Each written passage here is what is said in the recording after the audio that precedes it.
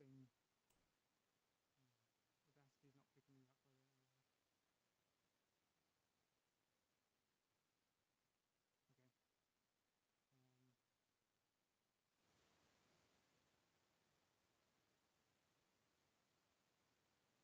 I had it for a second.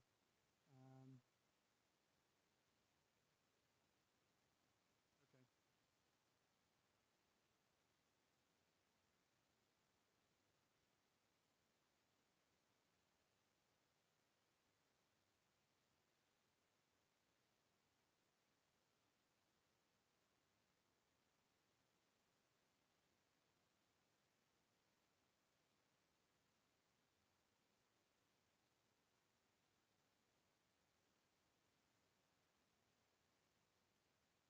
Okay, how's this?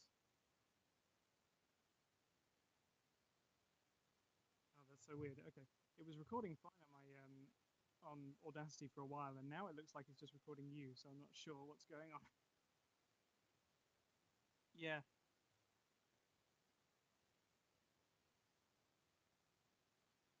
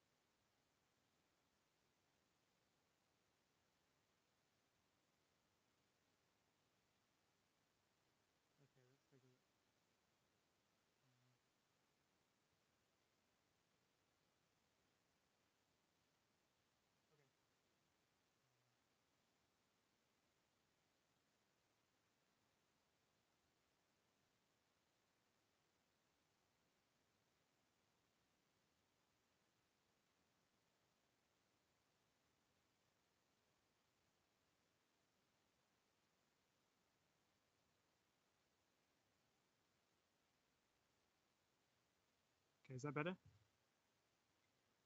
Awesome, cool. Yeah, it was auto adjusting, so I think it kept going lower and lower as it uh, probably as I changed um, the settings on Audacity, it might have just like spiked it whenever I changed the sound input, and it was like, oh, I don't like that noise. Save. I wonder if that makes a difference with Audacity. It looks like it's actually recording me now.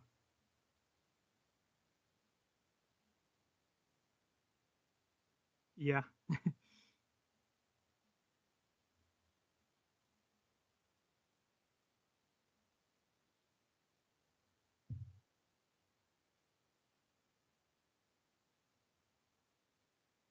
I am, yes.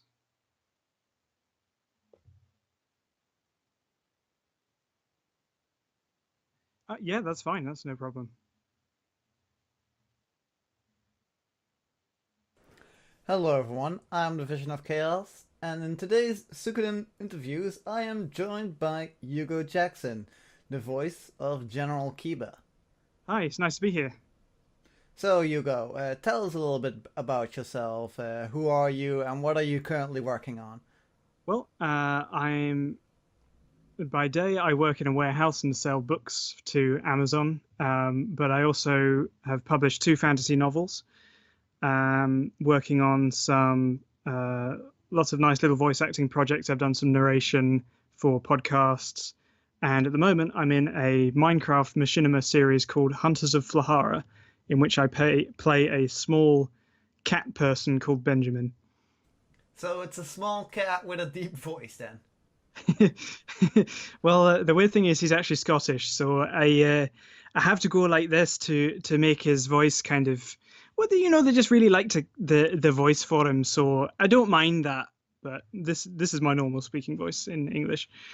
And tell me Hugo, did you have any previous acting experience? How did you get into voice acting? It's something I've always been interested in. I did theatre for about 2 years in college in England, and I was a member of a friend of the youth theatre in the town where I used to live.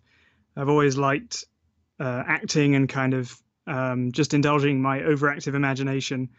So when I got into animation and video games and things, the idea of just acting with your voice and having your character being kind of literally anything in front of you was amazing to me. So um, I've always been a huge fan of animation since old school things like Mysterious Cities of Gold and Teenage Mutant Ninja Turtles, and the characters have always just blown me away. So the chance to get involved with stuff like this is great. I love it.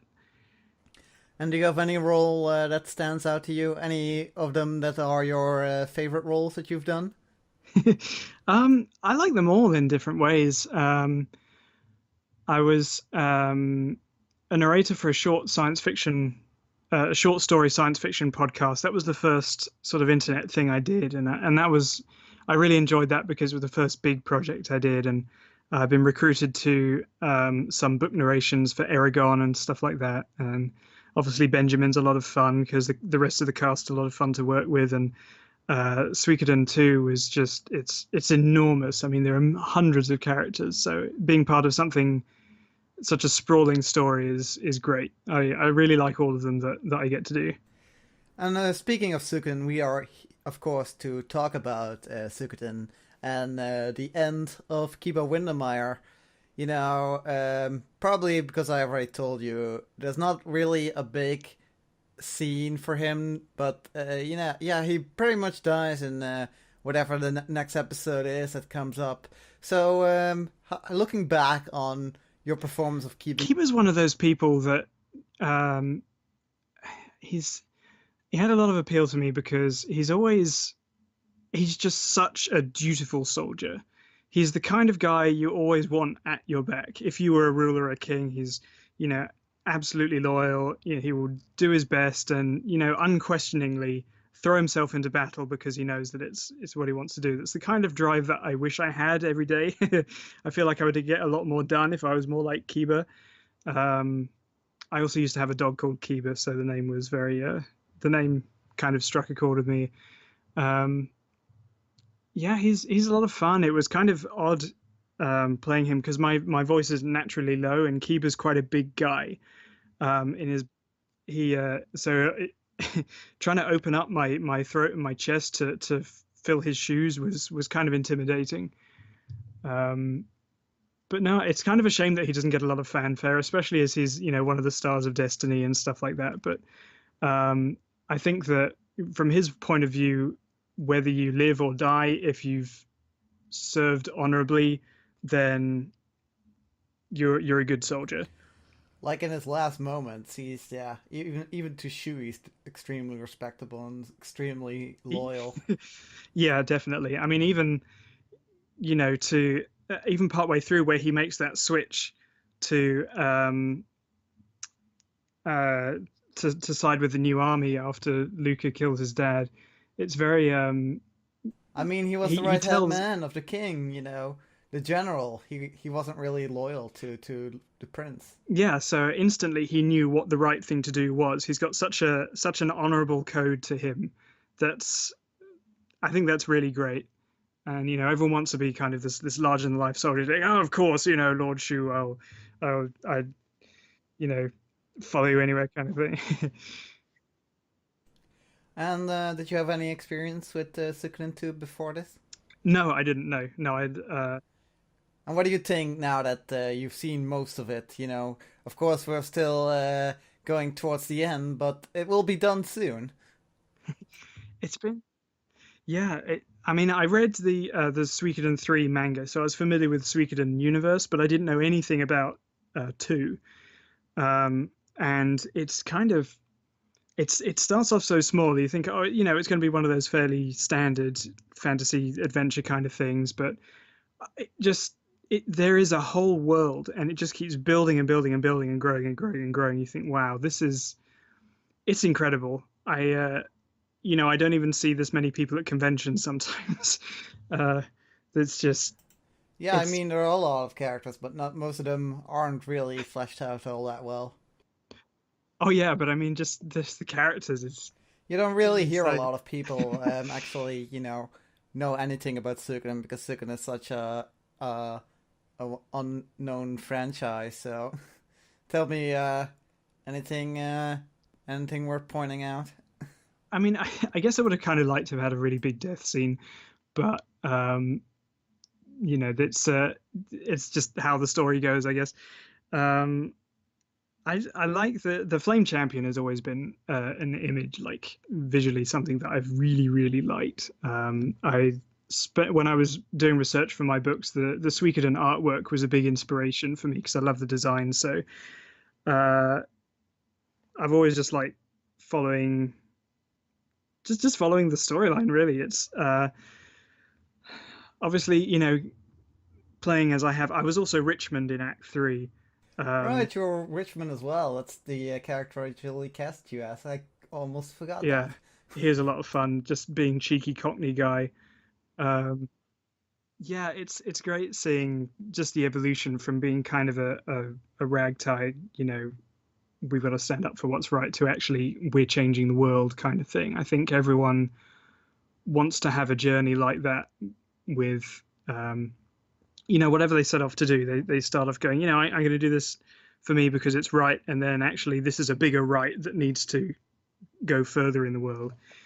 Um, I've always been I just love these huge stories. Things like Fairy Tale is very similar as well. I watch that a lot. The scope of it and the sincerity of all the characters is something very nice. And even if they're evil, they're very evil, or they're making their own plans or something like that. It's very rich.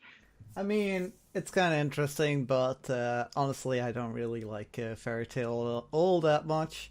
But Suikoden has its own set of problems, really.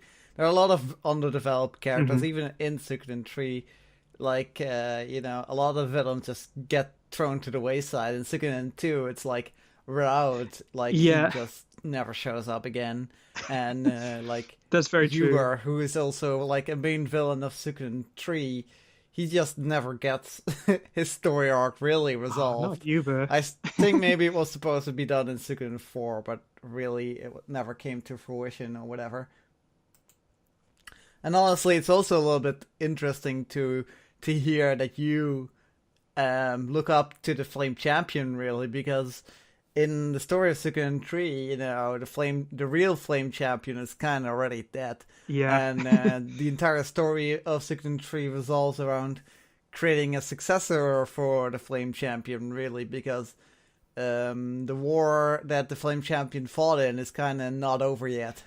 Yeah, that's what kind of confused me because I was seeing all these references to him and stuff like that, and I was like, I'm definitely missing something here. But now this is kind of the opportunity to fill in the gaps. Doing Suikoden 2 has been really good, especially as one of the main characters in Suikoden 3 is Hugo. Um, so that was kind of one of the things that drew. Yeah, Oh, you mean with Suikoden 2 and Lucia being Yugo's mom and such? yeah, right.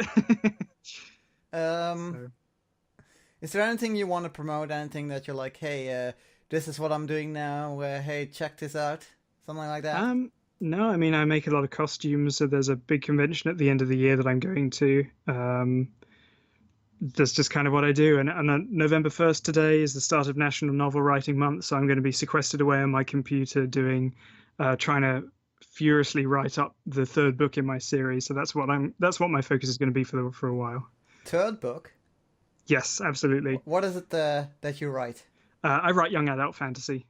Still very much in the same vein of let's go to war and save the world.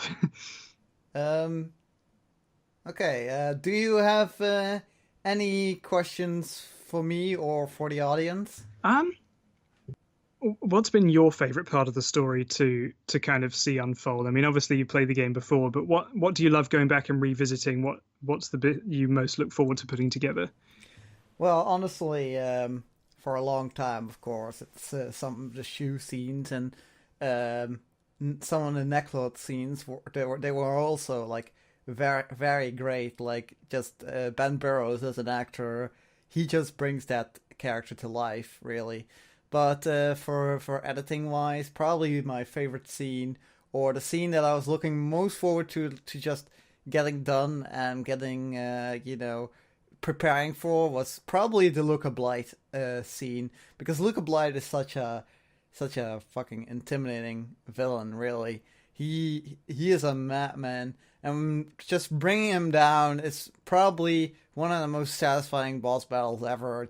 Not only because it's a hard boss battle, you actually have to use more than 5 characters that you've used throughout the game, but also it's just, it's him. It's him versus you, and finally, he just doesn't go down. He just gets arrows stuck into him, and he gets beaten down over and over and driven into a corner. And even when he supposedly dies, he gets his grandiose moment where he's like, I am evil. I am the ultimate bad guy, basically, and then he falls over. So, and with that, with the fireflies, everything, with an amulet. So, yeah, it was just a great thing of everything coming together and going towards the end result, really. And now, of course, we have to look forward to the next episode where a lot of people die, and the episode where it's Shu versus Leon Silverberg comes up. So and then the end, really. So there's a lot of great scenes coming up, even now. But yeah, now Luca Blight still eats the cake. Now, of course, here are the final 2 questions, and those are like the most important questions. The first is like, do you consider this project to be a success, and would you, of course, work with me again in the future? Absolutely, yes and yes. And of course, in case anyone is curious, where can people find your books? Yeah, my books. The series is called The Resonance Tetralogy. They're available on Amazon and Barnes and Noble. The first book is called Legacy, and the second one is called Fracture. Although you have better luck searching for Hugo Jackson on Amazon, and then they both pop up. But my publisher is Inspired Quill. They'll also turn up if you search for them there. And that's it. Okay, thank you for coming out. Woo! Thank you so much for having me. And hope you enjoyed this little interview. Goodbye.